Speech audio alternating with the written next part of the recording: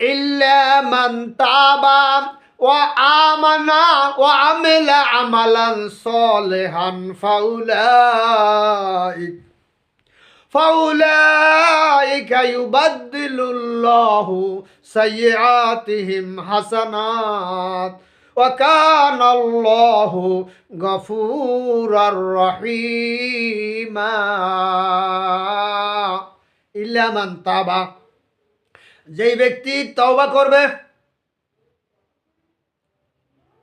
ও আমানা ঈমান আনয়ন করবে আর নেক আমল করবে, কাজ তিনটা, তওবা করবে, ঈমান আনবে, নেক আমল করবে, আল্লাহ রাব্বুল আলামিন ওই বান্দার গুনাহ সমূহকে নেক দিয়া বদলাইয়া দিবে। সুবহানাল্লাহ। এজন্য তওবা এত সুন্দর জিনিস, আমরা কোনোদিন যেন হাতছাড়া হয় না। আমি বলবো, আপনি বলবেন, আপনার ছাত্রদেরকে বলবেন, আপনার ঘরের যারা আছে তাদেরকে বলবেন যে খবরদার তওবা ছাড়া কোনো কথা নাই।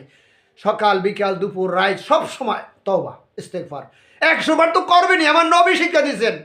আমি হারুনুর রশিদ বুলবুলে বাংলাদেশ, আমি বলতেছি তা না, দয়ার নবী। আপনি বড় আলেমের কাছে জিজ্ঞেস করবেন যে রসুলের আমলের মধ্যে এটা ছিল কিনা, যে প্রতিদিন 100 বার, 70 বার থেকে 100 বার ইস্তেগফার করতেন। এই জন্য আমরা ইস্তেগফার আজকে থেকে পড়ব। আমার সাথে আপনারা পড়েন, আস্তাগফিরুল্লাহাল্লাযী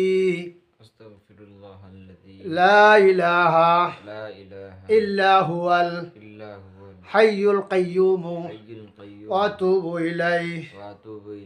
আস্তাগফিরুল্লাহাল্লাযী লা ইলাহা ইল্লা হুয়াল হাইয়ুল কাইয়্যুম ওয়া আতুবু ইলাইহি। মাশাআল্লাহ, আমার নাতির হয়ে গেছে।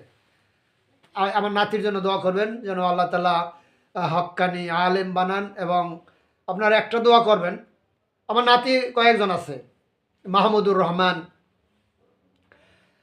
তারপরে মাসরুর, আরেকটা নাতি হোসাইন, আরেকটা নাতি তো দেখলেন একটু আগে, আপনার নাতি গো মনেও থাকে না নাম, নাতির নাম জানো কি? হুরায়রা।